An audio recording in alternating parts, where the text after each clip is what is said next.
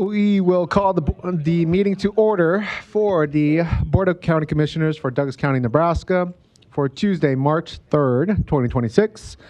Please note that a copy of the Open Meetings Act is located on the north wall of the Legislative Chamber alongside an automatic external defibrillator. Please stand for the pledge.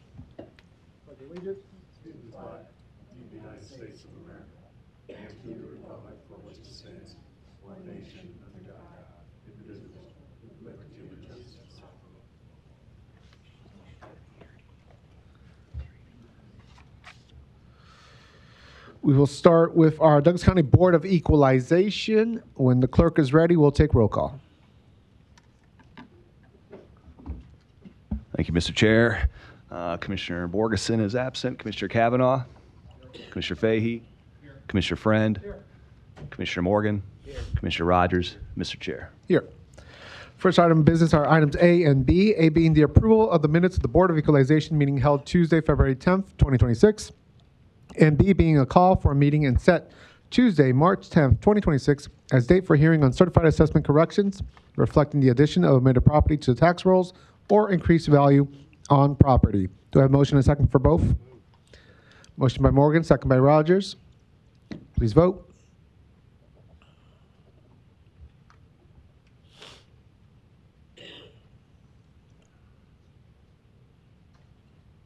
Motion passes 6-0. Thank you. Next, we have our resolutions, items C and D, which we can take in block plus adjournment if desired. Second. Motion to approve C and D plus adjournment by Rogers, second by Morgan. Is there any discussion by board or public on resolution C or D? If not, we'll vote.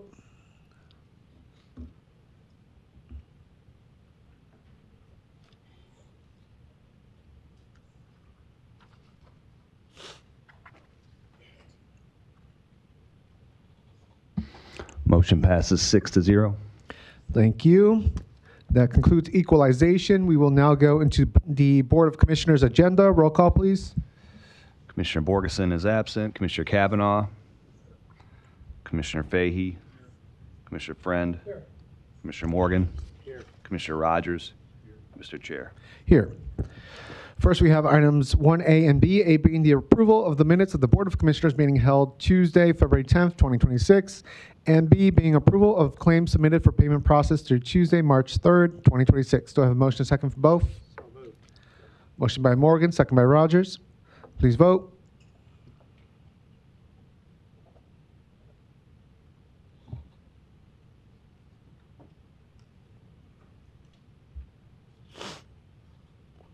Motion passes 6-0.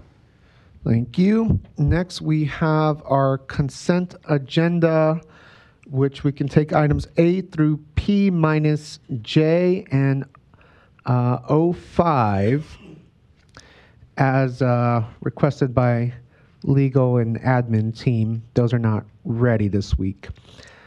Otherwise, the remainder of the consent agenda can be moved and seconded for discussion. Move for approval.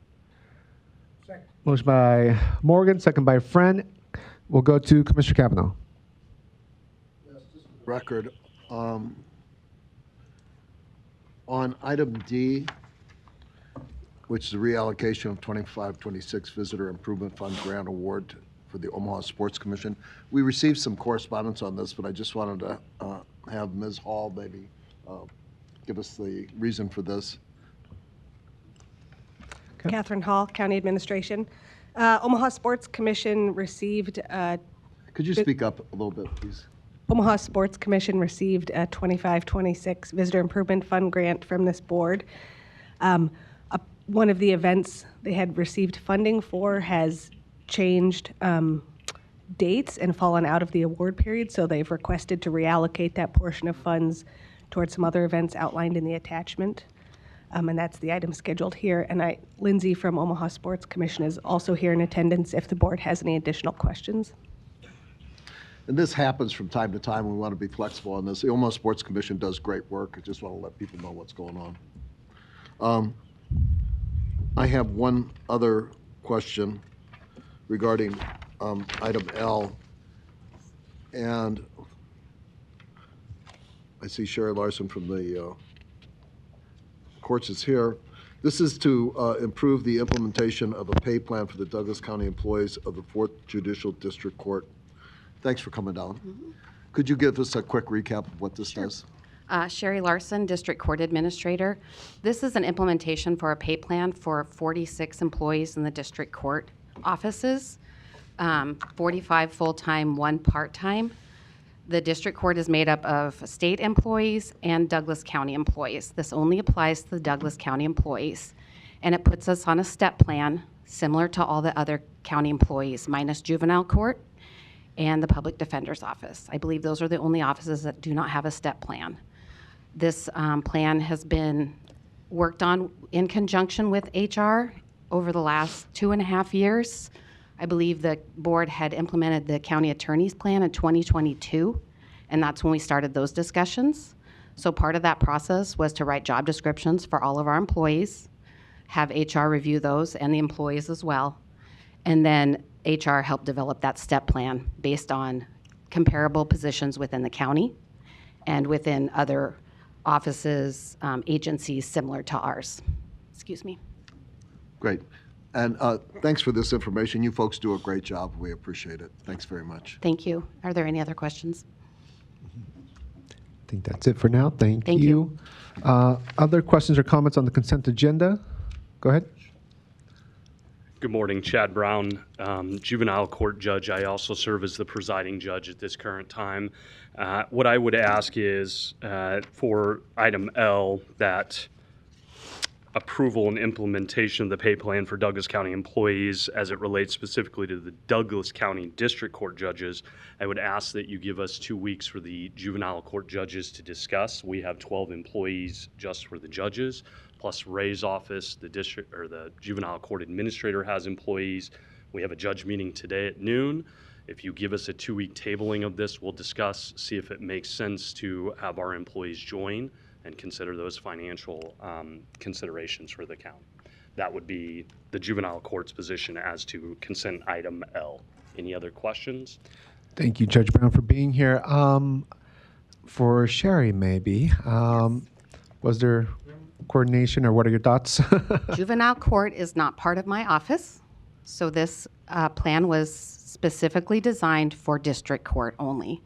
The job descriptions are different. The job duties are different. So this was done in conjunction with my bench that I work for. Okay. Let me go to Commissioner Rogers real quick. Judge, my interpretation of what you're asking for is, I think this is similar to what we do with the county attorney's office. If the county attorney's office is at a certain level, we put the public defender's office at a certain level. And am I interpreting you to say you don't want the juvenile staff to be underpaid or on par with where they are? So historically, we have always been hand in hand with the district court bailiffs. Juvenile court bailiffs, juvenile court staff has been hand in hand with the district court bailiffs. And I agree, there has been some discussion with step plan. We didn't know about this. We saw it on the Monday morning when the agenda was posted. We've had some meetings with the juvenile court, and we're saying one of the unintended consequences that will result if you approve this, they have to find the step in the grade to pay their district court employees, their bailiffs. That will result in a raise for those employees and not the juvenile court bailiffs and admin assistants. So historically, we've been hand in hand. So we're just asking for a 2-week pause, let the juvenile court judges, along with Mr. Curtis, discuss it internally. Does this make sense for our staff to join? Can we do it quickly because the template has already been outlined by the district court, their hard work for the last 2.5 years? Can we simply just join in the next 2 weeks? Let us make that decision. And that's why I don't know if you can join. The question is, I just want to get an understanding of what you're saying. What I am hearing you saying is that this agreement is similar to what we do with the county attorney's office, and the public defenders. The goal is always to keep them on par, so there's not a disadvantage. You just want to be on par. And the question is, I guess more so to the board, will we continue to honor keeping both places on par. I don't know if there's an option to join, and I don't know if that may be the route, but I think that, I'm just asking you, am I interpreting what you're saying right? You just want to stay on par? I think that's fair, and under the statutory schemes, 25, I think it's cited in the beginning of it, 25, or 24 of 350, says by the judge and with the consent of the county board, that's how we set those salaries. Rather than create an unintended consequence of giving raises to the district court bailiffs, can we just push pause for 2 weeks and let us digest it? Yeah, I don't know what digestion would do. Quick point of clarification. These raises would be, Sherry, if your plan goes through today, this will be implemented immediately or upon the new fiscal year, July 1st. Can you remind us? No, it would be implemented immediately after the last pay period. And would that And it- result in a supplement being needed? No, this is in my budget. It's in your Do budget. not need a supplement to implement this plan. And just for clarification, the Public Defender's Office is not on a step plan. Okay. I just want to make that clear. The county attorney implemented one, but the public defender does not have a pay plan, step plan. And then point of clarification with Judge, what you are proposing, that would also be effective upon passage or shortly after, and would that require a budget supplement in your budget?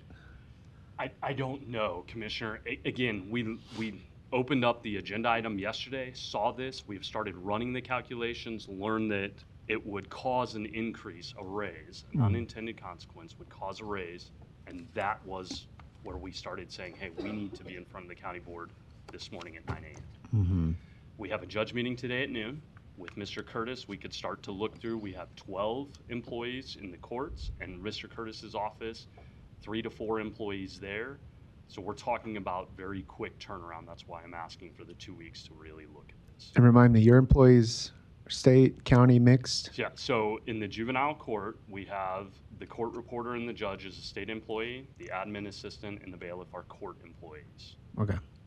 Got it. Thank you. Kavanaugh, Friend, and Rogers. Judge, you're with the separate juvenile court. Is that correct? That's the technical legal name. Correct, sorry, Commissioner. So you're a separate court from what we're talking about with this step plan. Yes, sir, but. So it'd be like a separate department if we were talking about, you know, county attorney step plan versus public defender step plan. They're both lawyers. They both work for the county. They're separate offices. Are you asking that we lay the whole thing over for this court so that your court can entertain this question? I am, and I will also tell you, I had a late conversation with Judge Sherb last night, the presiding judge, indicating I would be here asking for this, just saying this is not friction. This is just, can we all get on the same page? Because historically, we have been on the same page. And so out of courtesy, I notified Judge Sherb that I would be here doing that. And again, this is not to cause friction. It is, we have historically been hand in hand with our employees. No, I appreciate that, but what I'm trying to get at is this has been in the works for some time. Is that right? Correct. Ms. Coulson? I mean, Yes. did you indicate you'd been working with HR for some period of time? Almost 2 years. I'm sorry? Almost 2 years. Okay. So, I mean, this is something that's been going along, and here we are at the 11th hour. I would just opine that maybe the separate juvenile court would like to do what the court has done here in terms of the process of determining whether you want to go to a step plan, rather than holding the whole thing up that they've spent years on, and here we are at the final approval for a separate court. If it was the same court, I totally understand, but it's not. Well, I guess, with all due respect, why we were not notified, why there was not conversations with us so that we could join in, I don't know. When we find out about it, Commissioner, by looking at the agenda and seeing it set for a consent agenda item, that's kind of a concern. So I I understand. appreciate that. I mean, you know, believe me, as a lawyer, I've spent a lot of time practicing in offices in the courthouse. It would seem to me if something was going on for a couple years, that judges talk to judges, bailiffs talk to bailiffs, everybody talks to everybody. I don't know how this, you know, missed the attention of you at the separate juvenile court. But it seems to me that if, again, the county attorney's office was entertaining something like this for a couple of years, it might become pretty common knowledge if anybody in the courthouse was paying attention that this was going on. You deal with HR, correct? I do. Yeah. I mean, they were implementing this. I'm just saying, I don't have any problem with what you're ultimately going for. It's holding up the whole train at the 11th hour to do something for a separate department. But it's on a consent agenda. Where was it for full discussion? Why wasn't the juvenile court included when we've historically Okay, been there? let me ask, Ms. Larson, is there some reason for what the judge is saying that the juvenile court was not? The juvenile court is not the department I work for. I work for the district court bench, and I included them in my discussions. We don't have joint district court and juvenile court meetings. And quite frankly, I wasn't aware of the meeting they're having tomorrow until Ray Curtis called me yesterday and told me they were having a meeting today. The statute that the judge is talking about talks directly about district court. It doesn't mention juvenile court. I appreciate that. That's kind of what I was thinking here. No problem with you folks entertaining this. My problem is at the end of the process that these folks went through, we want to stop the whole thing so that the separate juvenile court can entertain this. I don't know that I'd be comfortable with that. I wouldn't have a problem with you looking at this for your court at all. Thank you. Let me go to Commissioner Friend. Thank you, Mr. Chair. This would not be on, I know this, or at least it's an educated guess. This would not be on consent if this wasn't budgeted. That's numero uno. Number two, and Judge, I do appreciate what you're doing here. What I'm wondering is when things like this happen, and this is just maybe a little bit of my ignorance, if we slowed something like this down, or if we stopped it for 2 weeks, or we delayed it, that would be a leverage tool. And I don't know that you need leverage. I think that you could. I mean, you've talked to Roger and I. You've talked to every commissioner. I mean, I don't know a leverage tool is necessary. I think the communication is necessary. Delaying this, if I were on your side and I wanted to delay it, I'd use it as a leveraging tool. I'm not sure that that's in existence. It's not with us. We appreciate that there's going to be a dichotomy with these bailiffs, and we're probably going to have to address that. So it wasn't a statement. I guess my question is, delaying this will achieve what? Uniformity, so that we don't have a pay scale difference. Good point. But again, that goes to leverage. How do we suddenly change our mind if this gets delayed, other than angering one of the district goes, well, wait a minute, these people don't know what they're doing. What I'm getting at is we want to help you. I think you've heard that. Does the delay help? Because if I were on your side, I'd go, hold this, sit down with us before you do anything else. My guess is I don't think that's the way we're going to operate. We want to work with you guys and do it in a manner that is as productive as possible. And I don't think the leverage thing exists, right? I mean, I don't know.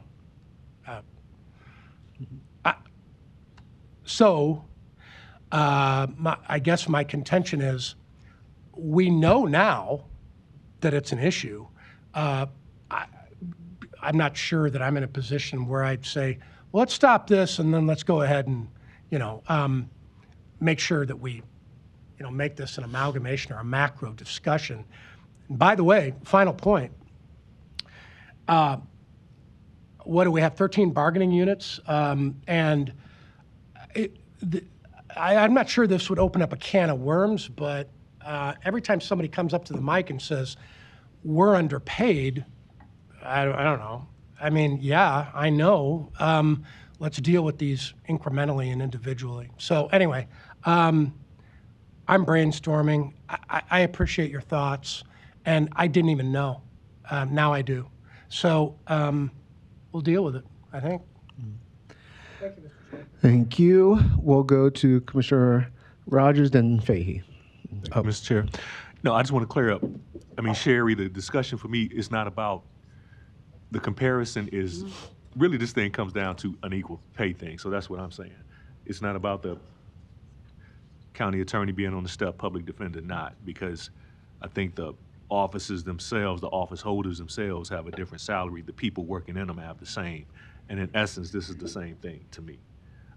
Judge, I don't think we can stop the train today, but I do think the discussion is fair that people understand the equity of the office.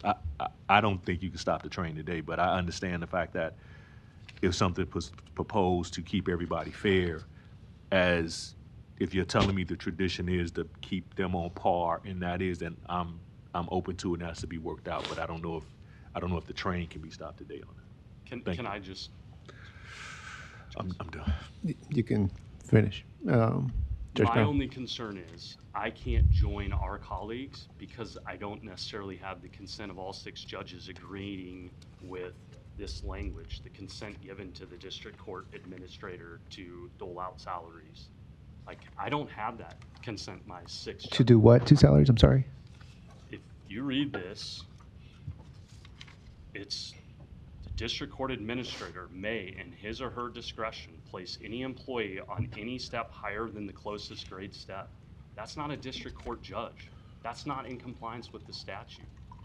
That, I don't have that consent from my 6 to join you. I'd love to sit here and say I want all my employees to be the same so there's no discrepancy. I can't even offer that today because we haven't even had a chance to digest this. That's, I get what you're saying. It's a fairness. It's 100% a fairness thing. I want it to be fair, and I get the leverage. If we're on notice and we're all at the same, we all have the same notice of historically this is how it's been done. I will be here the next meeting I can, and I'll do what I can do to help our employees to compensate for that difference that it's going to cause. So, thank you. Thanks, Judge. Commissioner Fahey, you good? Okay. Real quick, you're mentioning was it the step plan or that you just mentioned, Judge? Go ahead and count this as my round. So you're mentioning... I can't ask to join my employee. If I want to make sure I'm hearing Commissioner Rogers correct. If it's as simple as coming in and asking for our employees to join so that we're not delaying the train, I can't do that. I'm not in a position. Join what, Judge? District court, the district court judges. But your employees don't work for district court, right? Correct. But if I could motion, if I could join in to create it, I can't. I know I can't do What that. does join in mean, Judge? To join consent agenda item L and have it applied to the juvenile court employees. I'm not asking for that. Let me make that clear. I mean, if you come and request some kind of new pay plan scale for your employees, I don't think it would come through her resolution anyway. Okay. Is that correct? Admin? I Yeah. want to make sure I'm hearing and understanding that correct. It would be a completely separate plan, resolution, effort, request, especially because hers is budgeted. Yes. Sounds like yours wouldn't be, which would require a supplement. And if you're coming in for a supplement, that's a different story. And the appetite for supplements is getting less and less because the budget's getting tighter and tighter, thanks to the legislature and the governor. So, yeah. Commissioner Rogers has a quick comment.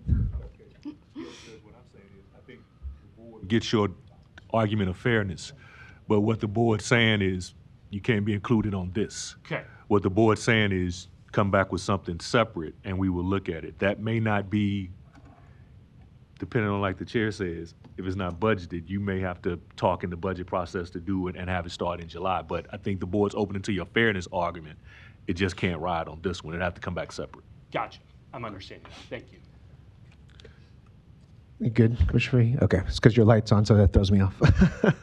I think if you press the button, it goes off. I have nothing to add. There you go. Okay.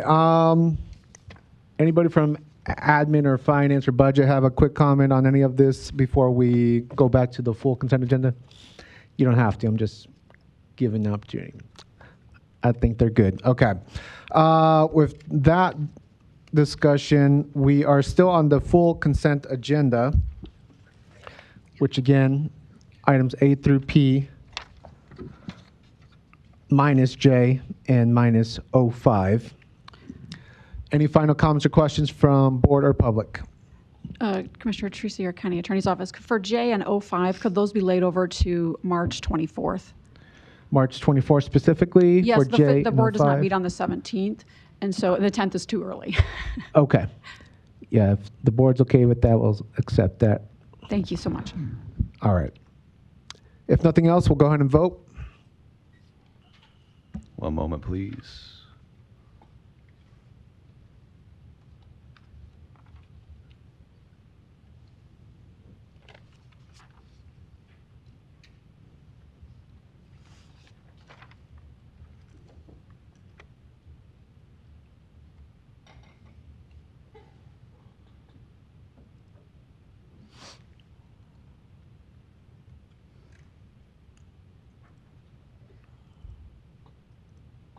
Okay, thank you.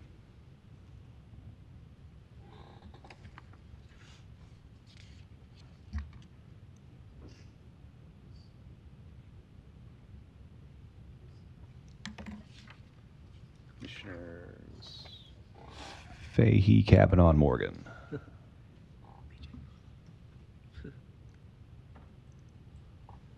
Motion passes 6-0. Thank you.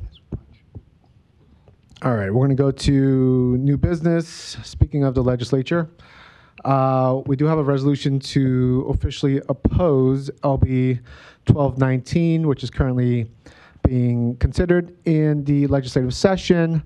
My understanding is that it would place a 2% growth limits on our revenue and expenditures as well, Marcos, and but without CPI or a slice index. So just a hard 2%. Marcos, would you add any context to that? Sure. Commissioners, Marcus A. Martin, Douglas County Administration. Yes, Commissioners. So LB 1219 is before you, and what this bill would do is that this actually would limit our budget to 2%. You may recall back in summer of 2024, the great summer of 2024, that we received LB 34. LB 34 implemented the slice index. We call it the slice index, but that's a consumption inflation type index on our budget. But that had the index applied plus a number of exceptions for public safety. This bill before you would just go to a flat 2%, no exceptions, no exemptions for public safety, it would just be the 2% flat. So that's what's currently before you. It's LB 1219, and it is on general file. The main reason why excuse me. Is that my mic is... Okay. So the main reason we're bringing it to you right now, Commissioners, is it has been prioritized. It was introduced by Senator Brandt of Fairbury. It was prioritized by Senator Hansen out of Blair.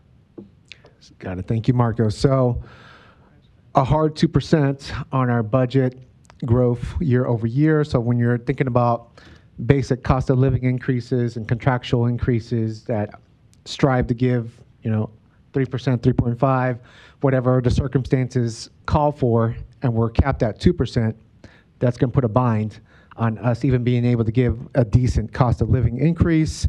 That doesn't take into account, other variables like when there's very high health insurance premiums that go up, or a need to catch up on the market for, different positions within our under our employment at the county. Sometimes we fall underneath market rates and we need to do a catch-up that might be, a 4 or a 5 sometimes, just depending on, what the job market looks like for any given position out of all the positions we have at Douglas County. So big picture, very bad idea. That's going to really put a strain on are functioning as a county and its operations. So I am asking the board to take a stance to oppose. Let me go to Commissioner Morgan. Well, 2%, and we know that public safety was the county attorney, the sheriff's office, so on, was in the other proposal. So if you had an increase in our revenues, Marcos, of, 5.5% in the valuations, which is what we've seen over the years, and we haven't increased the mill levy, which we don't plan to do, or at least I don't, for sure. Where would the extra money go? Let's say the assessor's office is bringing in that 5.5, and we try to hold the line to 2%, which I think would be a real challenge in today's world. The other money would then go to reduce the mill levy? Is that in that bill? Right. That's sorry, commissioners. Again, Marco San Martin County Administration. Yeah, that's what we would have to do now. We would not be able to have that in our budget request. Is that, Lori, would that be an accurate statement that I'm making, Lori? Yes, that's my understanding. Lori Parrish, Douglas County CFO. Yes, that's my understanding. And Lori, our finance director, who I greatly respect and appreciate her contribution to us, I'd like to just hear you maybe tell us your thoughts, because about 80% of our budget is payroll. Mm-hmm. And I just feel that with the 18, 19 contracts we have, and I know Mike Friend, as a co-chairman of the budget committee, knows, trying to hold the line at 2%, I think is going to put us in a very difficult position. Yes, I agree. I think, just because we're a county government doesn't mean we operate in a vacuum. We're still in the greater economy. So I like the approach that the legislature already put in place with the slice index, because that at least we get to vary with what inflation is doing and things like that, which reflects the actual market that we're operating in. I think this 2% it sounds good. It's a nice low cap, but I don't think it's very realistic for us to be able to keep up with market prices for, like you said, payroll and other contracts. I appreciate that. And yesterday, had a meeting with the sheriff's office. Mike Friend joined me. The area just west of Boys Town property on 144th, he's going to have a lot of patrolling in that area with the planned growth, and it's not part of the city or their responsibility. And we met with some of the people that are doing that developing, and that again is another concern, that we're going to have that on in future need of the sheriff's office. It looks to be the case. So I think I like the idea of it, but I think 2% just isn't a realistic number for the county government, because our source of revenue, we don't have the other options of sales tax and restaurant tax and all of those kinds of things. We have one thing, and that's, our property. I still would like to see a cap that you can't raise property values, a constitutional amendment on residential only, more than 5% a year is what I wish was taking place. Thank you. Thank you. Commissioner Friend? Thank you, Mr. Chair. It's different year, same old discussion, especially when we come pretty close to budget time.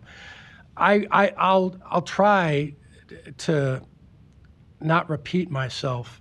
When I read this bill, and there is absolutely no surprise that this bill is here for a county board entity to try to oppose what 1219 is doing. When I read this bill, I like in general the idea of property tax relief, but And in practice, when you put a bill, and when a bill comes out of committee, in practice, that bill can become a vehicle.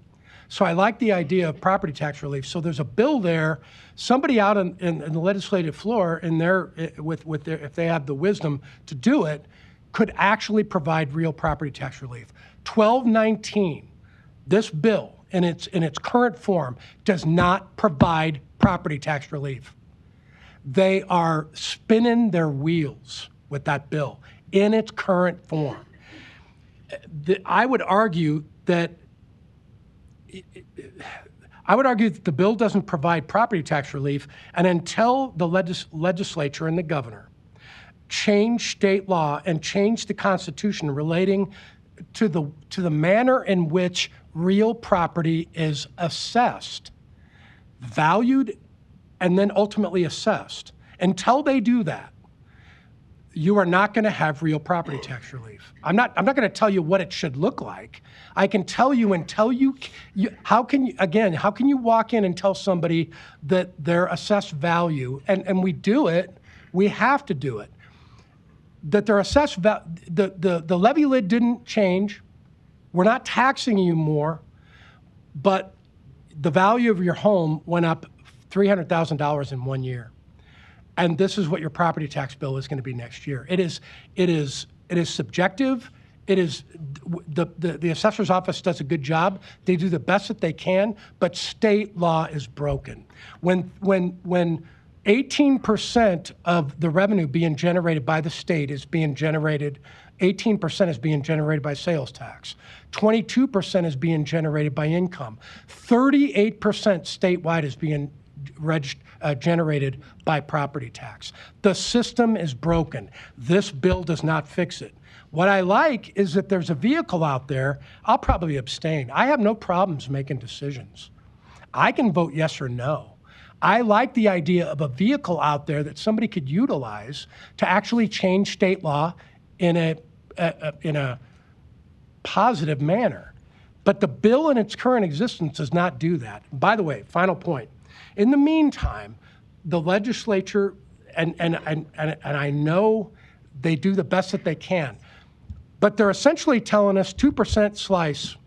You do not go any further than this. In the meantime, state law dictates that we deal with 80% of this stuff. We got to pay the sheriffs. We got to pay for corrections. We've got to pay for a county attorney. We've got to pay for a public defender. We've got to pay for all kinds of, 80% of it's mandated.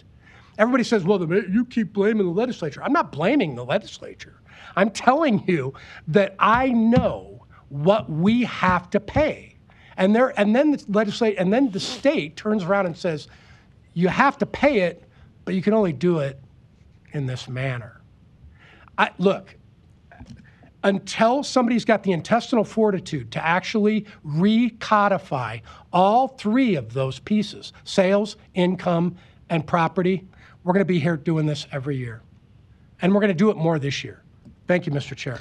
Thank you, Vice Chair. And just to clarify, it'd be 2% no slice.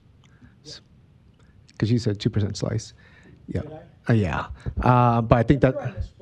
Yeah. So it'd be a very hard cap at 2% with no inflation index of any kind. Commissioner Kavanaugh? Yes, I don't see the Hansen amendment in the backup information. Is that different than the green copy of the bill considerably? I'm sorry, Commissioner. Senator Hansen prioritized this bill. Prioritized Senator Brandt's bill. So Brandt has a bill, Hansen has an amendment to that bill, which is priority designation?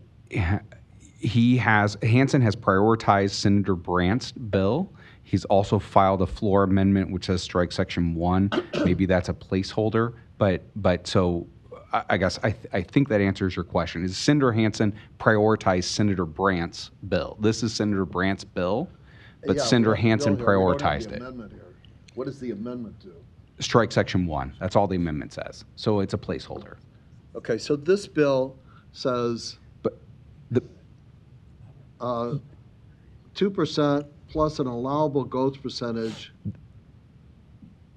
the political subdivision's real growth percentage, which was, and maybe somebody can say, what was that last year? So the real growth, I think ours was 1.9, something like that. So, Commissioner, I believe it was 1.9 was last year's real growth percentage. 1.9%? 1.9 was our real growth. It depends, it wholly depends on the county and how much development has happened in the county. There are many factors to that. Right. My understanding was that our assessed value went up more than 1.9%. Am I missing something here? Those are two separate. The growth in the assessed value and the valuations of the properties is a wholly different factor than the real growth. It's different than Added the new, assessed value. new That's buildings, new homes, all that would be more real growth. The other is just an increase in the value of the existing properties. So if this had been the law last year, what would our increase have been? Well, valuations would still have gone up the amount that they went up. So what was that, 6%-ish? It's just that we would not be able to collect that full amount. We would only be able to spend the 2%. I think our total increase in budget year over year was like 3.5, 3.6%. Which was under the slice, Commissioner, I would say. Oh, through the chair, which was under our slice. The slice limit last year for 25-26, that's the consumption inflation limit index that's in the statute. It was actually pegged at 5.17%, and so we were well under what the slice limit index was. Yes, the If that makes finance sense. committee is pretty financially prudent. So even though we had the opportunity to go up to the slice, we opted not to. We still kept it below that. So it's not on the agenda for today's legislative consideration. Is there some reason that we have this before us today? What's not on the agenda for consideration? I'm sorry? What was the first part of your question, Commissioner Kavanaugh? I looked at the agenda for the legislature for today. This bill is not on today's legislative agenda. I'm asking, is there some reason that we're considering this bill today? Yes. I put it on the agenda. It's a 60-day session, which moves very quickly. And so I did not want to give this bill any opportunity to grow legs and grow steam in the ledge, even though it was prioritized, so we'll get a little bit of a catalyst. I want our opposition to be early and senators to know where we stand on it before it grows more legs. Okay. Has NACO taken a position on this bill? I'm not sure, have they? Opposition. Does anybody know? Opposition. You're in Opposition. opposition? Yep. Okay. Have we consulted our lobbyist on his views on this bill? He's Yes, always Commissioner. consulted, yeah. Yes, Mr. Kelly has confirmed he is Okay. good with the opposition. You know, in the normal course of things, there's actually a list of bills in its chronological order, a list of priority bills in their chronological order that they will be taken up. Do you know where this is? Is it first? Is it last? Is it in the middle? Commissioner, I don't have that in front of me. I can give you that this afternoon. I will find that out. Right. It's just a matter of time. I mean, if there's, you know, a pressing need to have our position before the bill comes to the floor on general file, you know, I'm informed by that. It doesn't seem that is. It's like you have concern for this bill. I have a concern for this bill. I'd like to look at it a little bit more than this morning and maybe talk to some people. It doesn't sound like it's something that we would like, but I don't know.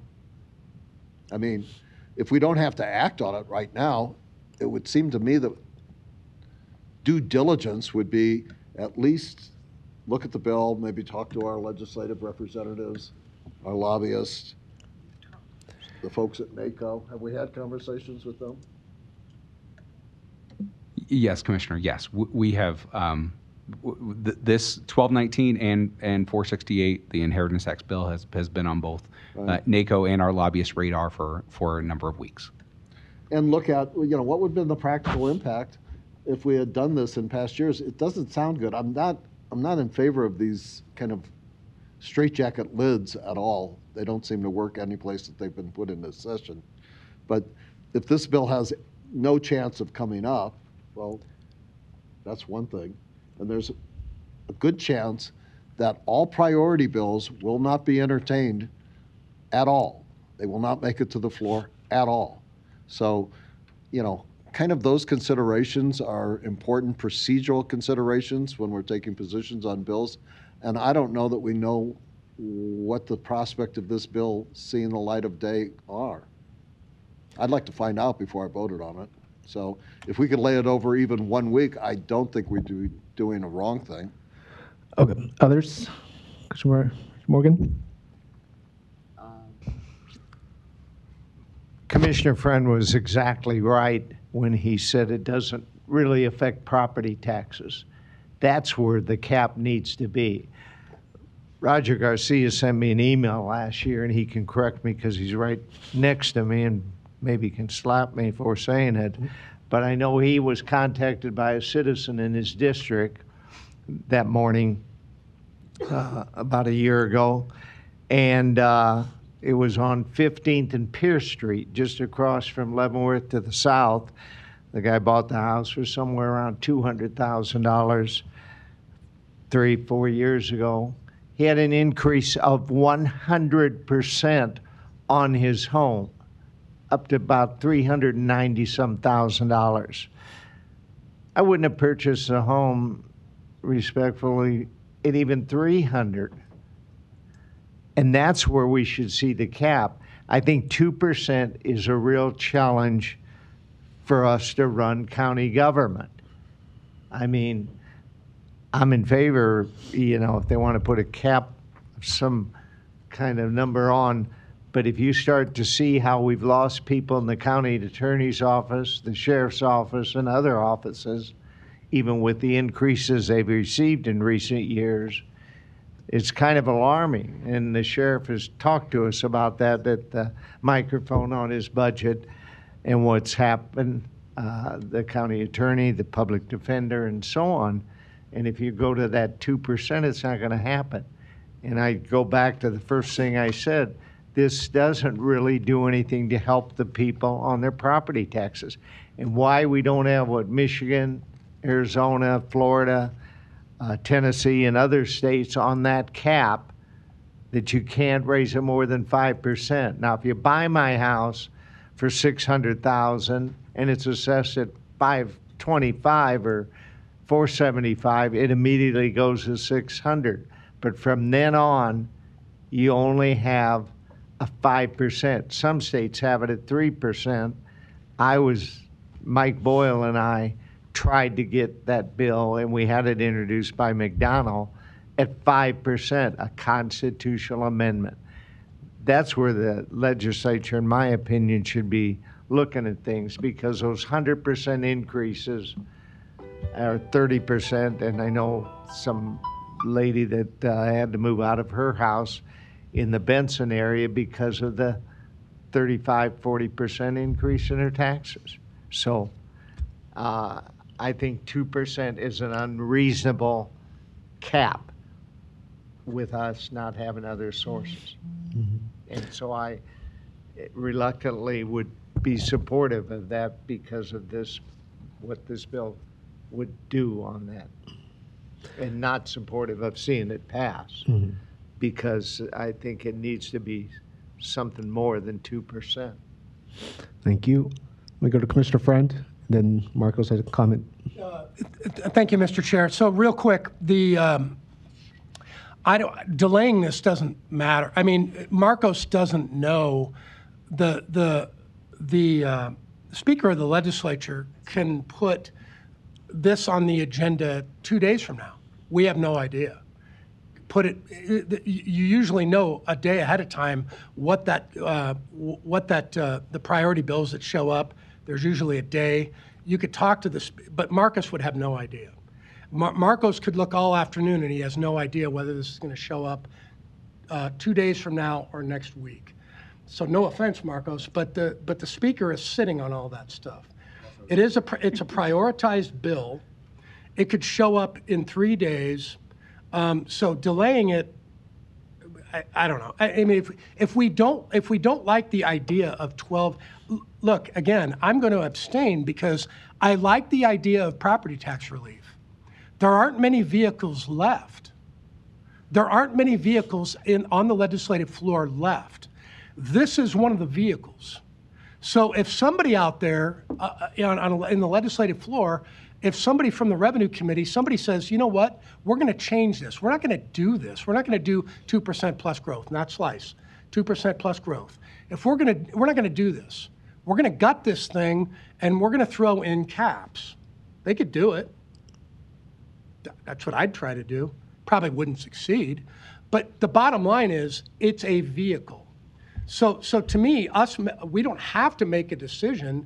We don't have to make a decision as a board to say, you guys oppose this or support it. Roger put it, the chair put it on here because it is an issue.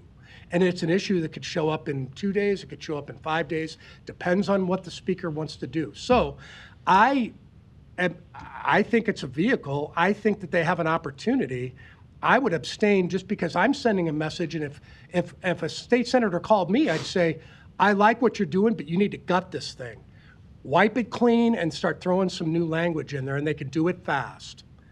I think it's an opportunity, but I don't like the way the way the bill sits currently. I would laugh at them. I would try to gut it. I would amend it about 9 different times, and then I'd go, you guys are spinning your wheels. None of this works. So I understand why the chair put it on here. I don't think delaying it does a whole lot of good. It's a 60-day session. Let's make a decision and move forward. Thank you. Let me go to Commissioner Fahey. Thank you. Yeah, I would respectfully be fine voting on this today. I'm opposed to the bill. I think the board should be opposed to the bill. I generally and have thought in my relatively short time in public services borne this out that easy answers to difficult problems make bad law, and I think that's what this is. Thank you. Commissioner Kavanaugh, did you have your light on? Yeah, I informed by my colleagues' discussion on this, I generally don't like caps, as Commissioner Morgan pointed out. They're not a good way to make these decisions. I guess I don't understand, if we're going to move forward, how you abstain. If you're going to move forward, you vote for it. You vote for what we're talking about. It's because you didn't listen to me. I did listen to you. I Well, tried to you didn't follow you. understand. It was very difficult Then you didn't because you came to the conclusion of, I'm supporting it, I'm not, and I'm abstaining. And so I'm trying to, this is my time. You can serve pressure your button. I'm just trying to say, I'm going to probably take a position on this that is not all 3 positions. But I think in the future, maybe we could have a little more of a discussion before it comes to the agenda. Otherwise, this is 1219. I don't know how many other bills are out there that we don't like, probably a lot. And if we're just going to start throwing them up on the agenda, we're going to waste a lot of time on discussions that may resolve around, I like it, I don't like it, I'm going to abstain, all things to all people. But the idea here, I think I understand from the discussion that Commissioner Garcia and Commissioner Morgan have taken, and procedurally, whether this will ever see the light of day is kind of a crapshoot. I think our lobbyist might have a good idea on that. He's there every day, and that's how you find out what's going to be on the agenda tomorrow or this week or whatever, and he's very good at that. But as it stands, in the green copy that we have in front of you, it does not seem to work with the numbers that our finance people give us. It doesn't work for us financially. And I think everybody's in favor of property tax relief, but it's got to be kind of practical, and this doesn't seem to do that. This is just like a haircut across, one size fits all, and that's not going to work for us. So I am going to take a position in support of opposing this, And maybe they come back with something different when we take another position. I would just say the procedure that we do on these bills could use a little more deliberation and information. So thank you, that's all. Thank you. Commissioner Friend, a 2-minute third round. Yeah, thank you, Mr. Chair. So here's my point. I can vote any way I want. Nobody dictates to me how I vote. Abstention is a tool. I explained why abstention is a tool for me. There is a vehicle out on the legislative floor. It's 1219. I'm willing to say 1219 is alive. I'm not ready to oppose it. I'm also not ready to support it in its current existence.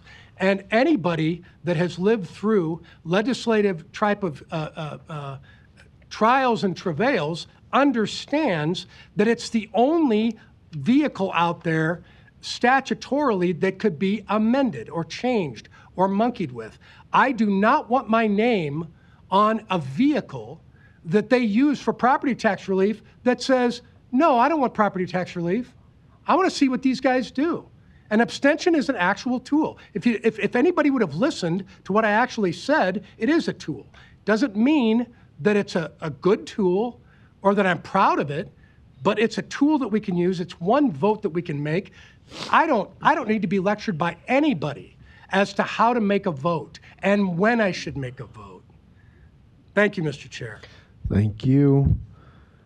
And I just want to mention, I understand the vehicle part because bills can be amended and made relatively different as long as they stay within the same topic area. But the problem with this bill is that it's not a vehicle for, in its current state, it's not a vehicle for property tax relief. The special session, LB 34, the 0% cap did not bring property tax relief. People's property taxes stayed at the same rate. It just hampered our growth moving forward. But everybody's property taxes are still the same rate. They didn't go down. So they did not solve property taxes, nor did they bring property taxes down.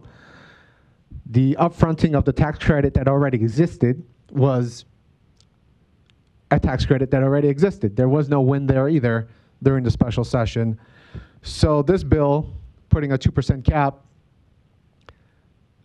I feel like we need to stand up for local cities and counties. We need to stand up for our employees. We need to stand up for our unions, because 2% growth is not realistic.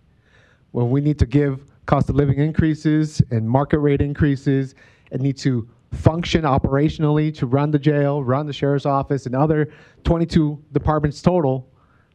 This is not realistic. This is not property tax relief either. If this were to pass, nobody's property taxes would go down. They would stay the same and just 2% cap us moving forward.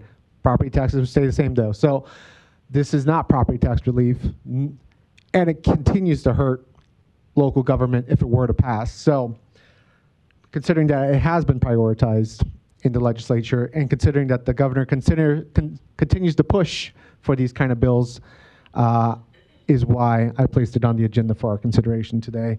And in defense of local government, in defense of our unions and employees, I put it on the agenda today. Commissioner Kavanaugh? Thanks. Good points. I would just say that the thing I agree is not property tax relief. It's the most effective property tax relief I've found that we can do as Douglas County Commissioners is lower our mill levy. I've voted for it consistently for the 12 years I've been here. Not all of you have, but we have on occasion gotten together and lowered the mill levy, which lowers people's property tax bill. That's property tax relief. You want to do that as a county commissioner, fine. You want to do something else as a state senator, go to the legislature and be a state senator. That's not something that we can control. This bill is not something that we can control, but although I don't know that anybody's asking for our opinion, if we wanted to give our opinion, and it appears that we do, this is not something good. It's not property tax relief, and so we should oppose it. There was a guy, I think his name was Ted Turner, who was a very interesting fellow, still around, I believe, who used to say, lead, follow, or get out of the way. So, vote yes, vote no, or get out of the way. You're going to take a position on this. You're going to take a position on our mill levy. And so I don't think I've ever taken any position but to lower our mill levy. And, you know, that's not always been successful, but we have done it. We have done it. We've given property tax relief to the citizens of Douglas County in the way that we can practically control. This is not one of those ways, but if we, you know, are going to take a position on it, I think we should take a position on it and not duck the issue. Thank you. Other comments or questions from board or public? Commissioner Morgan? I would just say there's been some positive comments here, and what my friend said, this doesn't do anything with property taxes. That's an accurate statement. The second thing is, I think what Commissioner Garcia said is accurate, that this isn't really realistic. When you look at your cost of your own home, what insurance has gone up, it's more than 2%. If you look at your medical insurance, it's way over 2% of what the increases are, and we face those with corrections and all of those kinds of things. So I think the 2% is my reason to not support it. If it was closer to that 3% level or more, a little bit above that, and I'd want to go through with Lori and Patrick, maybe we'd be supportive of that kind of thing. But the 2% just would not work. And we're mandated to provide certain services, and those are of paramount importance to the citizens of Omaha and Douglas County. Thank you. Okay. Thanks. Thank you. Public, Larry?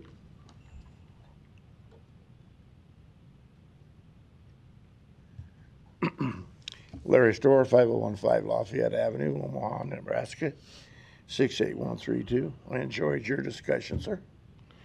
I want to clarify my remarks, but I need to explain why it's related to what this topic is. We're in the 250th anniversary year of birthday, so we need to think about that oath that we take. We threw off a king. However, what we hear in these chambers imply to us that we really do have a king.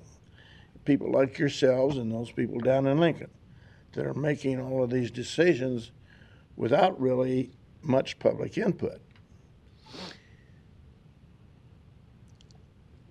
These chambers were designed by the Founding Fathers to be our primary way to affect our government.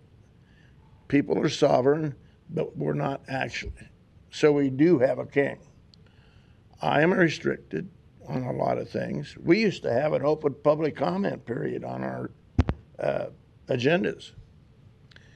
That disappeared, didn't it? And now we're time limited. That's not the way it was designed to be. You guys have spent how much time this morning? Each one of you? As much time as you want. But you want to limit me to 2-3 minutes?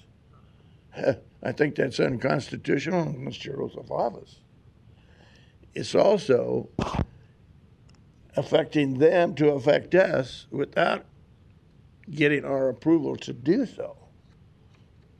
It's somewhat against your oath of office. Now, I want to give you one example of why we don't have very many citizens here. Because it doesn't make any difference what we say. The primary example of the legal ease to this process would be TIF financing. Now, because of the lack of transparency between city, county, and all the stuff that's going on, the average citizen doesn't know that the school board people say, excuse me, but when you allow a person to buy property at the city does this, at a deflated value because they went in and blighted it just before the guy said, well, without it, it won't get built.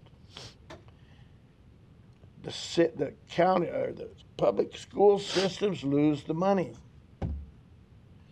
They get only what was on the lower valued, which happened just before the TIF was approved. for the next 20, 25 years. Oh, but they're promised they're going to get a big increase in the money they lost 25 years from now. You know, that doesn't work for us. I may have to sell my house and move out of Nebraska. That does not work for the citizen. So yes, there needs to be a limit, but the limit needs to be on the type of things that happen with TIF. Thank you. Thank you. Other comments or questions? Otherwise, I will take a motion for approval, or excuse me, to officially take a stance to oppose LB 1219. Motion by Rogers, second by Fahey. Thank you, thank you. Who was the second? I'm sorry. We'll take it from Fahey, Thank you. and we'll vote.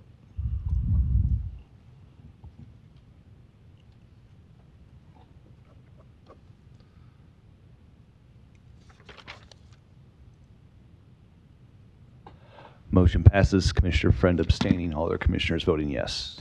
Thank you. We will move forward to Section 5, recognitions and proclamations, where we have two. The first one is recognition of a county employee retirement. We have Joan Finn, who worked for Douglas County Purchasing Department for 12 years. I don't think Joan is here today, but we want to thank her for her service to the citizens of Douglas County. And so I'll take a motion for approval of that one. Motion by Morgan, second by Fahey. Let's vote. On A.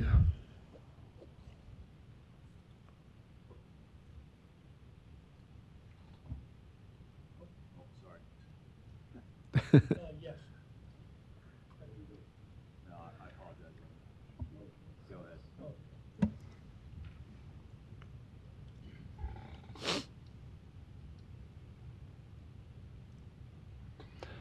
Motion passes 6-0.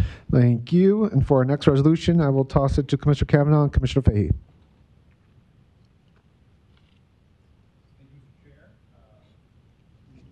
No, I defer to my colleague, Commissioner Fahey on this.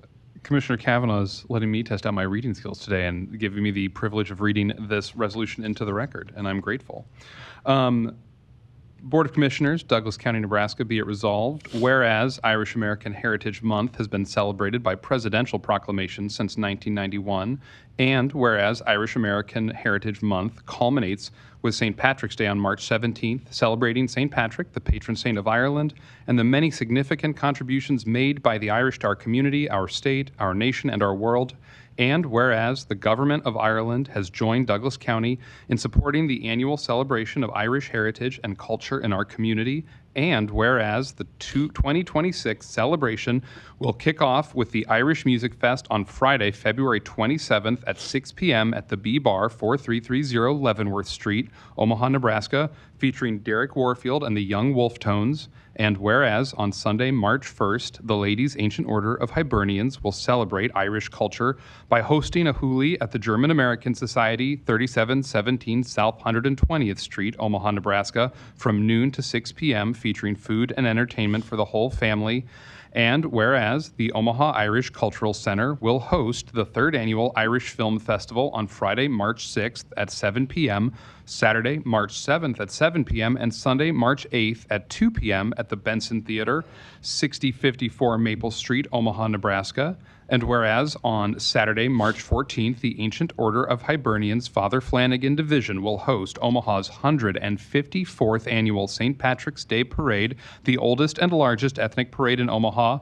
And whereas on Saturday, March 14th, the Omaha Irish Cultural Center will host the 11th annual St. Patrick's Day Awards brunch at the Field Club of Omaha at 12 p.m., honoring Irish American professionals Kathleen Kennedy Townsend, former Lieutenant Governor for Maryland, with the Kathleen and Jack Kavanaugh Outstanding Public Service Award, the Most Reverend Michael G. McGovern, Archbishop of Omaha, with the Father Flanagan and Mother Macaulay Lifetime Achievement Award, and Ed and Joni Fogarty, attorney, author, and historian, with the John and Ed Creighton Excellence Award. And whereas the Irish have immigrated in large numbers to Douglas County since its establishment in 1854, and whereas the Irish and Irish Americans have had a huge positive impact on the development of Douglas County, Nebraska, and the United States of America. Now, therefore, be it resolved by this good Board of County Commissioners, Douglas County, Nebraska, that this board hereby proclaims March 2026 as Irish American Heritage Month in Douglas County, dated this 3rd day of March 2026. All right. Second that. All right, so motion by Fahey to approve the resolution, second by Kavanaugh. Any additional comments? Mr. Clerk. All right. Oh, I should know better than to touch these mics. Dan Esch, I'm speaking as a member of the Ancient Order of Hibernians as well as the Omaha Irish Cultural Center. The resolution did a great job of basically laying out every event that we have, so that was awesome. I want to thank, I got a newsletter. I'm on the South Omaha Neighborhood Alliance's newsletter email list, and they'd actually listed several of the events between the Hibernians and the Omaha Irish Cultural Center, so we appreciate that, the support. Just regarding the film festival, so this is the 3rd year OICC has done it, and it's a pretty good lineup this year. They got 3 of the 4 films have won awards at other film festivals, and frankly, he's not a board member, but he's helping the group. Bob Mundy's his name. I'm not sure how he was able to get them to be in our film festival, but Commissioner Kavanaugh may have had a role in that as well. So pretty grateful for the films we were able to get featured in the film festival. And then the other one, I couldn't find if there were awards on it, but it's a documentary on kind of a legendary Irish musician, Donald Looney, if I'm saying his name right. So anyway, it should be a good lineup at Benson Theater this weekend. Appreciate if people would consider joining us. And then I just wanted to note on the parade, you know, for the Hibernians, the St. Patrick's Day parade, normally it's gone through the old market, but due to this, basically indefinitely going forward, it's going to be the same route, similar to like the Labor Day parade down Capitol and the Pride parade down Capitol Avenue. So for those who are attending the parade this year, just keep in mind it's actually not going through the old market this year. It's going to be going down Capitol Avenue from about 16th Street to 10th Street, and it's a nerve-wracking in terms of you just never know the weather. I mean, I've been at the parade where it was single digits, and then I've been at the parade where it felt like it was summertime. So, but either way, no matter the weather, we hope you all will join us and appreciate the resolution. So thank you. Thank you, Mr. Clerk. Anybody else? Mr. Kavanaugh? I'd just like to add my sentiments about the Irish community in Douglas County and the contributions they've made. We celebrate that throughout the month of March, and it's a great opportunity for us to recognize one of the founding ethnic groups of Omaha. If you go back to the early records of Omaha, right from the start, the Irish were here and helping build our city. This year, we have an extraordinary number of celebrations, and I particularly want to point out that the Lady Ancient Order of Hibernians, who hold one of the kickoff celebrations on Sunday, were founded in Omaha, Nebraska in the early 1900s. And that national organization, Ancient Order of Hibernians, is holding their national convention here in Omaha in July. I think it's like July 14th. Which should be another big celebration of Irish American heritage. We should all be proud of where we came from, and this is an opportunity for us who have Irish roots to celebrate that. Our diversity makes us a great country, and the Irish have helped contribute to that as well. So I want to thank everybody for their support, and please come out and celebrate Irish Heritage Month at one of these great opportunities to be and experience Irish heritage and culture. Thanks, everybody. All Happy right. St. Patrick's Day. Thank you so much. With that, I think we can vote.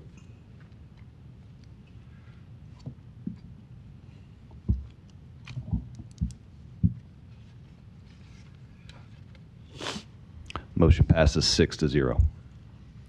Thank you. We will move forward to Section 7, public hearings. We have one item, item A, which is a public hearing for Class C license for Indian Creek Golf Course LLC, DBA Indian Creek Golf Course at the address listed on the final agenda here. Manager application for Jim Nedrow, or Nedrow, perhaps. And I will open up the public hearing for this item, and I will start by thanking you for your patience and listening to us debate robustly. No problem. Sydney Gotch with Indian Creek Golf Course, just here as the representative for them, so first time, so. Got it. Very good. Any questions or comments? Commissioner Friend. Thank you, Mr. Chair. Sydney, thanks for your patience. We actually can, you're lucky you're getting here up to the mic as early as you are. Anyway, thanks for your patience and thanks for coming down. Can you give me a quick background? It's my understanding that if you look at some of the information that was provided to us, and there are kind of 5, if you will, bullet points or items that need to be addressed before the application is approved. One of them is the 500. You probably knew this was coming. Mm-hmm. One of them is the 500-foot limit. I would imagine at Indian Creek around the clubhouse, that's not an issue. So there around the clubhouse, that's not a problem. I mean, practically, there's nothing 500 feet from that clubhouse. The rest of the golf course, different story, right? I would imagine that, I can't speak for the rest of the board, but I'm a little concerned that the notification hasn't been provided to people that live around the golf course. Can you opine on how much this is going to directly affect some of the residents around this golf course? Because I don't think that notification has been provided, right? Correct. Do you think it's an issue? Personally, no, because we currently have a Class IB, which is the on sale of beer, liquor, and wine with the off sale of beer. We are just switching to a Class C, which was recommended from the Liquor Commission to be able to off sale liquor and wine for certain events that would be held at the clubhouse. So the course that backs up to like any houses or anything, that wouldn't be technically affected because it'd be at the clubhouse. And I Google Earthed it and did all the measurements, and I believe the closest thing is over 1,000 feet away. Well, okay, that's good news. What I'm a little bit concerned about is not necessarily that a bunch of neighbors are going to go, well, guess what? A Class 3 license has been now implemented, and they're going to complain about it. What I would theoretically be worried about is that what we would do for you could create a situation where others would come in and go, well, we don't have to go get that. Sydney didn't. We have made exceptions before, but I guess I'm just wondering what type of trap we would run into in that regard. And I wanted you to know that if we were to, if this was delayed, it gets delayed. But to get that information from neighbors. But if we did it, could we still go back and get information from neighbors after we approve this? I mean, is there any motivation for Sydney and Indian Creek to do it, Teresa? Teresa, your County Attorney's Office. The resolution that you follow with regards to that talks about neighbors being within 500 feet. I think you could ask Sydney to do additional if you so wanted to. It would be up to her to then follow through with that. Okay. I don't like to let bureaucracy get in the way, but we do have rules. I don't know. I'd like to hear from other commissioners. It happens to be in my district, but I think that's irrelevant. I mean, this could happen anywhere. So I like the idea of moving this forward and then trying to see if you could, at least let folks know that you changed the whole thing. But anyway, thank you, Mr. Chair. Thank you. Quick question for legal or admin. It doesn't say action can be taken today, so were we planning to leave this open till next meeting, or what were we planning here? Teresa, if I may. So, Mr. Chair, the Dan Esch, Douglas County Clerk, the NLCC would need local review of this by March 19th. So if we were to leave it open, it'd basically have to be next week because we don't meet the 17th. And so I'd work with Sydney today to like get her a template of things she could send to the neighbors. But Sydney, were you saying there's nobody within 1,000 feet of the golf course? Of the clubhouse. Of the clubhouse, okay. Yes. But this would be, Commissioner Friend, if what you're saying is basically we would, whatever property abuts the golf course would be basically receiving a notification is if we were to lay it over. Is how I assume it would work, because they'd have to be within 500 feet because they're neighboring the golf course. Maybe the house doesn't, but the property would be. So. Along those lines, so I understand what you're saying between the clubhouse and neighbors, there's nobody within 1,000 feet. What about the golf course in general and neighbors? Yes, like the actual 9 holes and I guess 27 holes. Yes, there would be a property line that could be potentially shared with certain neighbors. Okay, within 500 feet, I'm guessing? Yes. Okay. And on the statutory side, legal side, does the license request require notification to neighbors within 500 feet of the facility that's asking for it or of the property that's asking for it, if that makes sense? Teresa, York County Attorney's Office. So the requirement for the notification is from a resolution that this board passed, and I would say it's not that specific. What it says is that it's 500 feet of the establishment that is the subject of the application. And so I hear Sydney saying that it's the clubhouse that's going to have the alcohol under the license, but the property is larger than that. So I can't answer that directly for you. I can answer a couple other things that previously came up, if I may, and that is, in the packet that I have, it is set for action today. It's hold the public hearing and approve the resolution, so that came up earlier. So it could be acted upon today if you so choose. Then based on what Dan said, the information that needs to go to the state doesn't need to go until the 19th, so you also could lay it over till the 10th if you wished and get additional information from Sydney. Okay. Thank you. Mr. Chair, may I add in one more thing? Yes, go ahead. Thank you. Dan Esch, Douglas County Clerk.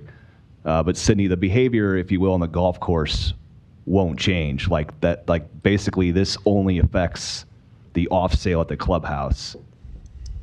What's happening on the golf course right now, this really doesn't impact it. It's basically business as usual on the golf course, correct?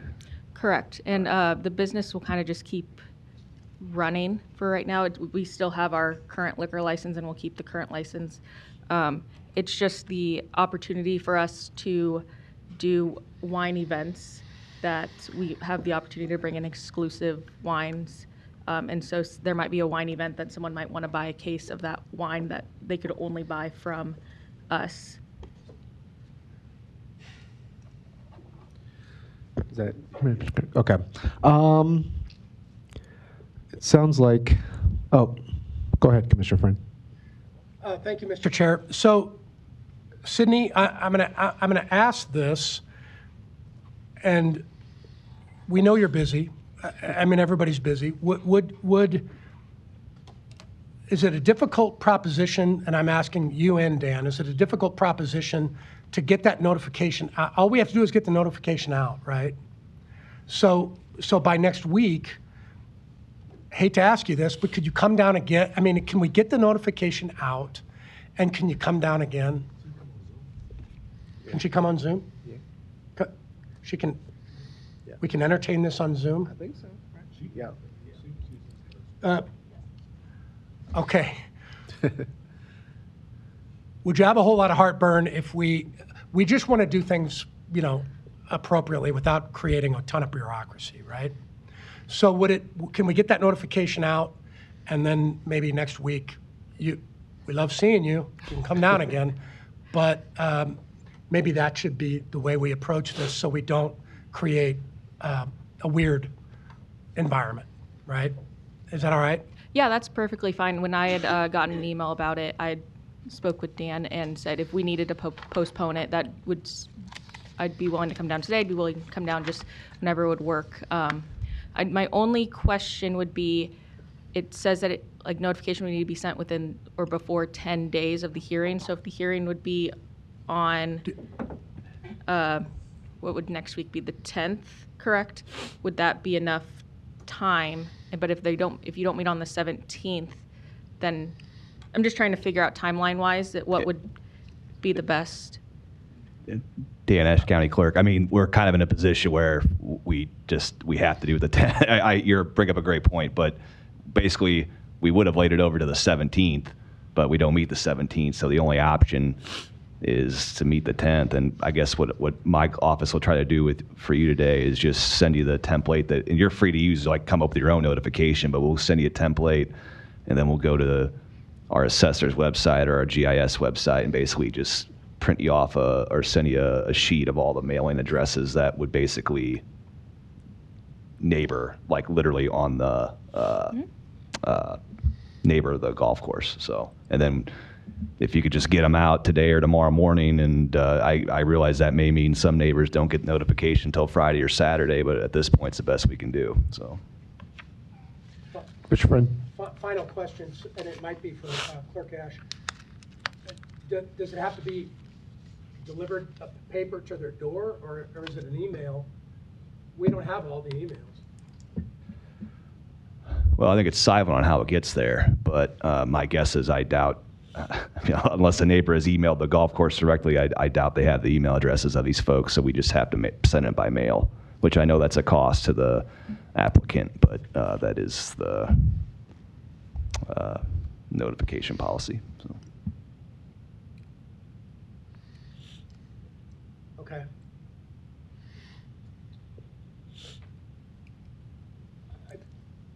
I think it's the only.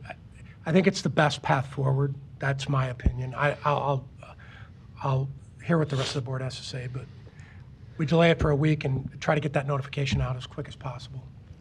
Okay. Go ahead. If she comes back next week, can we try to get it early on the agenda, being she sent through? Yeah, if you come in person, I'll bump you up on the agenda. But you can do Zoom too, and it's totally fine. Commissioner Fahim Kavanaugh, are those red lights from previous times? Yeah, it's not. Okay, nothing? Okay, good. Very good. If we table it to next week, should I close the public hearing and just let it sit there till next week, or what do you recommend, Teresa? I'd recommend you leave Teresa, our County Attorney's Office. I'd recommend you leave the public hearing open, and that way, if someone does appear next week, they could speak at the public hearing, and then close it when it's all done next week. Got it. Okay. We'll leave the public hearing open, but we'll go ahead and wrap up discussion for today. So thank you for being here, and you'll hear from Mr. Clerk here. Thank you so much. Thank you. Okay, we'll proceed on our agenda here to committees. Under Finance, we had our budget report as presented. Under Human Resources, we had our weekly personnel report from Civil Service, also as presented. We do have a need for executive session today for the purposes of contract negotiation, litigation, and legal advice. Did I miss one? Oh, my bad. We did have a quick item D under Community Services. That's my fault. So we'll circle back to executive session shortly. But first, we'll address item D1, which is a discussion on future uses for the closed State Street landfill. Okay. We have Director Holm. Thank you. Good morning, Commissioners. Kent Holm, Environmental Services Director. I'm going to go through this fairly quickly, and mainly it's just to provide some context for some things that will be coming to you potentially in the future. So with that, wanted to just, for context's sake, the State Street landfill was a facility that Douglas County owns, and it was operated as a municipal solid waste landfill from approximately 1977 through 1989. And it is located at essentially the northeast corner of 132nd and State Street. It's 160 acres. On this particular map, you can see a bunch of, that's not the measles, those are groundwater monitoring wells that are required by our permit, which are actually, some of them are on-site, but most of them are off-site. So I just point that out because there are some things here that potentially may impact properties that are adjacent.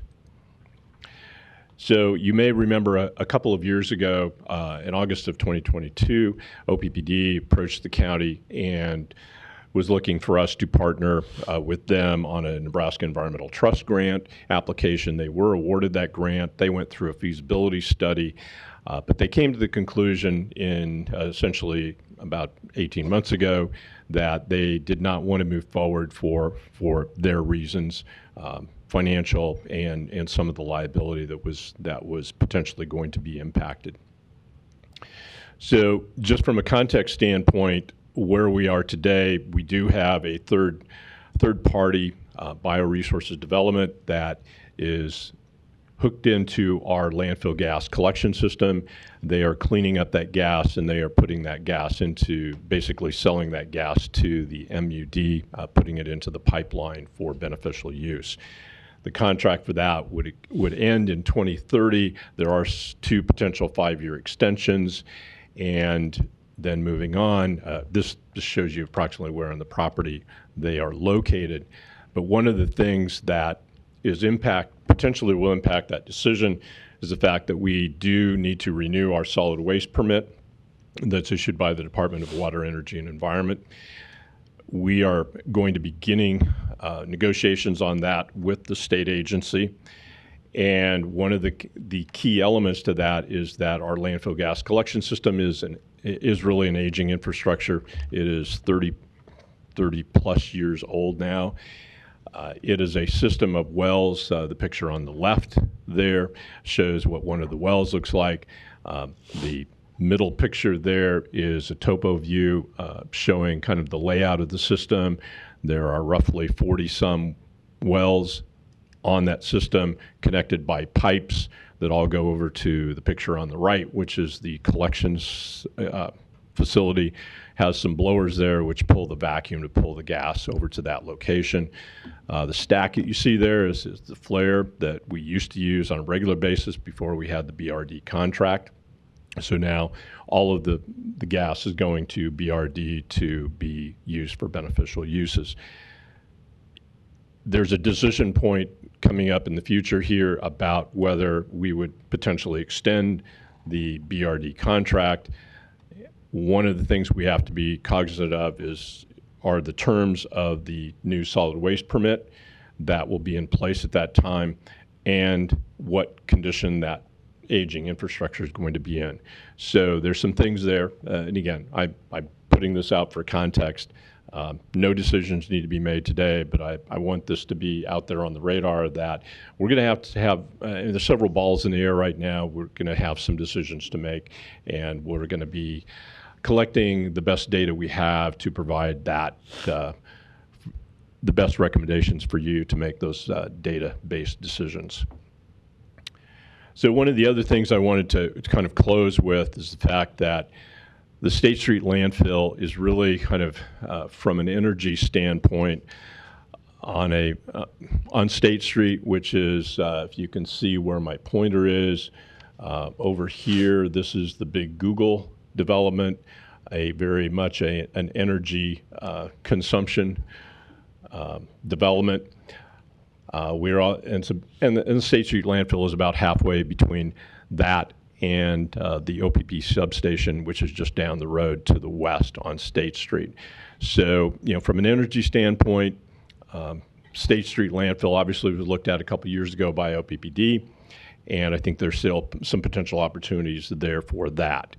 So, one of the things, let me finish with this. We have also been looking at this as a potential storm debris staging site, just kind of the flat area on the southeast corner of the property, and that's a very temporary type thing, but it's also public property. It's secured area where we could have public agencies dropping off material there and handling that in the event of a storm debris situation. So with that, part of the discussion here is just context to let you know what's going on out there. One of the things that I'm going to be doing as part of my due diligence is to discuss with our purchasing folks in county attorney's office what kind of a process we would need to have in place going forward in terms of, do we need to bid things out? If we identify a particular type of use and type of use that we'd like to see on the landfill, what does that process look like from a public bidding, purchasing standpoint, et cetera? So I'll be doing some due diligence on that, kind of looking at what options might be available, and then I'll be back to visit with you some more. So happy to entertain any questions you may have, but again, today was mainly just putting it on your radar that there's some decision points coming up in the future. Thank you, Kent. Real quick question on the last slide with the little triangle for debris staging. Would setting up that corner for debris staging require a scaling back of the current operations that are there with the filtering of gas, or? No. Okay, just curious. No impact there. This is very much a surface type of thing, temporary dumping of let's say green tree debris. Sure. And then grinding it up, moving it off site very quickly. Got it. Okay, very good. Commissioner Friend? Thank you, Mr. Chair. Kent, thanks for the information, and sounds like we've talked about this in general, but it sounds like arguably that the BRD production process, there were some Deer Creek neighbors and some other stuff, and I don't mean to spring this on you, but there were some noise issues. Yes. They created some buffer stuff around that. I haven't heard anything back from neighbors since then. So whatever they did might have helped. I mean, is that a fair assessment? I guess, yeah. If you haven't heard anything, then there hasn't. Yeah, we are not aware of any other complaints per se. But I also think that they may be looking to you. I'm not sure if that's the case or not, but we have not had any particular direct complaints. Okay, since and along those same lines, will the process that you're going through, obviously it'll factor in the growth around that area, right? So, I mean, correct. Anything that's going to go in there probably shouldn't or won't create some sort of weird, unforeseen noise issues, I would think. Right.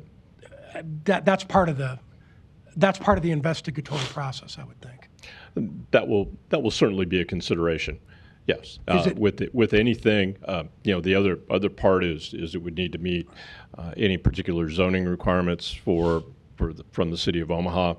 If there's special use permits, conditional use permits, those types of things. But we'll vet all of those types of things in advance. Okay. Thanks. Mm-hmm. Thank you. We'll go to Commissioner Kavanaugh. Thanks for this. Could you give us a hard copy of what you just did on the PowerPoint? I will provide that to Mr. Esch and Kim. Kim already has it. The thing that we've been taking out is methane, is that right? Yeah, the main component of landfill gas is methane, and it gets cleaned up. Basically, it's changed into a renewable gas. So OPPD has been piping that and using it for some purpose? MUD has. And in the landfill itself, is there still methane being produced? Yes. Okay. Where does that go when we discontinue this? That is being collected by the system, and then right now BRD is tapping into that system to gather that methane. They clean it up in their process, and then it's delivered directly into the MUD main. So the capture of the methane will continue? It will continue at this point, yes. 2030 is the contract end for them unless it's extended by mutual agreement with this county board. But we're 4 years away from that, or 3+ years away from that right now. And again, as I indicated in the presentation, there are some situations with our permit and the aging of the infrastructure there, the collection system infrastructure, that we have to take into account. And so Right now, yes, they're continuing. The methane capture is continuing. That may change here in a few years. Yeah, I mean, one of the great things that we've been doing for our environment is capturing this deadly greenhouse gas and utilizing it, not letting it go into the atmosphere. So if we get to the point where we're going to make a decision that could potentially release this greenhouse gas into the atmosphere, that would be something we'd want to consider alternatives to. There are federal greenhouse gas reporting requirements that we have to adhere to as well. So those, and right now we're adhering to those. That situation might change too. So yes. Now, OPPD was going to place a solar array on this property, correct? Correct. That they were looking at the feasibility of doing that. The feasibility study said could be done, and there were. And do we know the amount of solar that they were planning on? I don't know that right off the top of my head. And again, it was going to be contingent upon them being able to work out some of the settlement issues, and settlement by I mean settlement of the landfill, and at least the area that they would have available. But were they considering solar arrays on the coterminous with the property? Explain what you mean by coterminous. Well, how many acres of property are there? 160. And if they were going to put that amount of acres in solar array, that would be coterminous. Okay. They were not going to use the entire site, if that answers your question. Do you know the estimate of what they were going to do? I want to say that they were, boy, I'd rather go back and look and see exactly what. That'd be good. I don't recall right offhand. My questions are leading up to, and this is an OPPD question, is did they just relocate this proposed solar array? I mean, because they're having problems with coal and frack gas and stuff that are bad for the environment right now. And so solar is one of the ways that they can get away from producing those pollutants. I'm not aware of whether they I relocated will follow per up se. with them. I appreciate it. Thank you. Mm-hmm. Thank you. Other questions or comments on the presentation? If not, we'll go ahead and conclude. Thank you for coming out, Dr. Holm. Thank you. Appreciate it. Let me circle back to our need for executive session, which again was for contract negotiation, litigation, and legal advice. Do I have a motion and a second? Motion by Rogers, second by Morgan. Let's vote.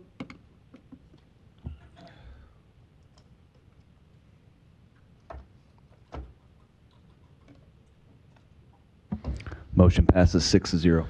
Thank you. The board will now go into executive session for the purposes of contract negotiation, litigation, and legal advice. Thank you.